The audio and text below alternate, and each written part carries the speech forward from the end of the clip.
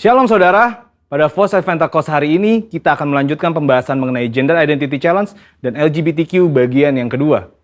Saudara, kita semua harus mengerti bahwa gender identity itu berpengaruh pada perilaku seksual dalam hal ketertarikan fisik dan hasrat seksual seseorang. Maka dari itu kita semua harus mengerti bahwa gender identity seseorang harus benar terlebih dahulu, baru kita bisa membahas mengenai ketertarikan fisik dan hasrat seksual seseorang termasuk yang menyimpang seperti LGBTQ. Agar saudara lebih mengerti, ada perbedaan antara ketertarikan fisik dengan hasrat seksual. Ketertarikan fisik merupakan perasaan ketertarikan kepada seseorang karena faktor biologis atau secara fisik seperti penampilan, wajah, bentuk tubuh, suara, bau tubuh, tatapan, dan sebagainya yang bisa terjadi sesaat atau untuk waktu yang lama.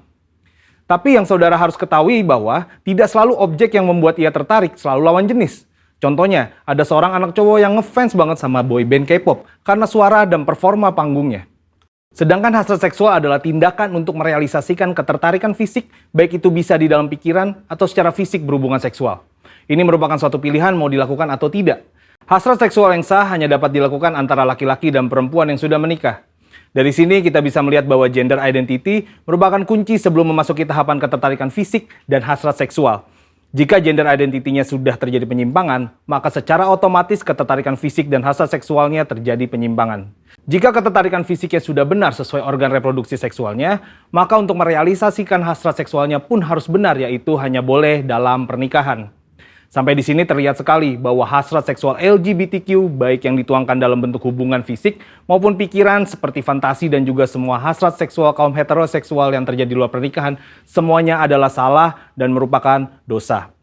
Maka dari itu dalam Imamat 18 dan 20 ayat ke-10 sampai ke-21 jelas melarang segala perzinahan dan percabulan, ketertarikan fisik yang tidak wajar, dan pelaksanaan hasrat seksual yang menyimpang kepada orang tua, saudara kandung, saudara tiri, sepupu, sanak saudara, dan bahkan kepada binatang. Lebih lagi Tuhan Yesus dalam Matius 5 ayat ke-27 sampai 30 menegaskan bahwa jika seseorang memiliki hasrat seksual di dalam hatinya meskipun belum direalisasikan dalam tindakan fisik, hal tersebut juga adalah dosa.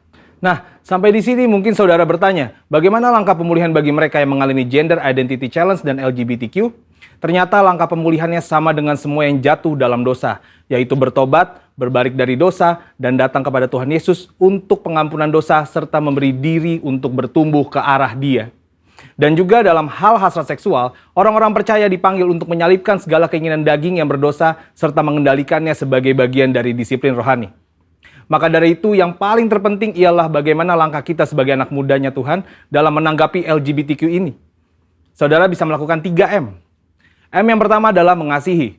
Saudara pasti sudah sangat mengerti bahwa kita dipanggil untuk mengasihi sesama, namun mengasihi bukan berarti berkompromi terhadap kebenaran firman Tuhan. Karena tindakan untuk membenarkan perilaku penyimpangan seksual bukanlah tindakan kasih, melainkan tindakan menghancurkan. Untuk itu, GBI sendiri telah memandang disorientasi seksual kaum LGBTQ adalah dosa.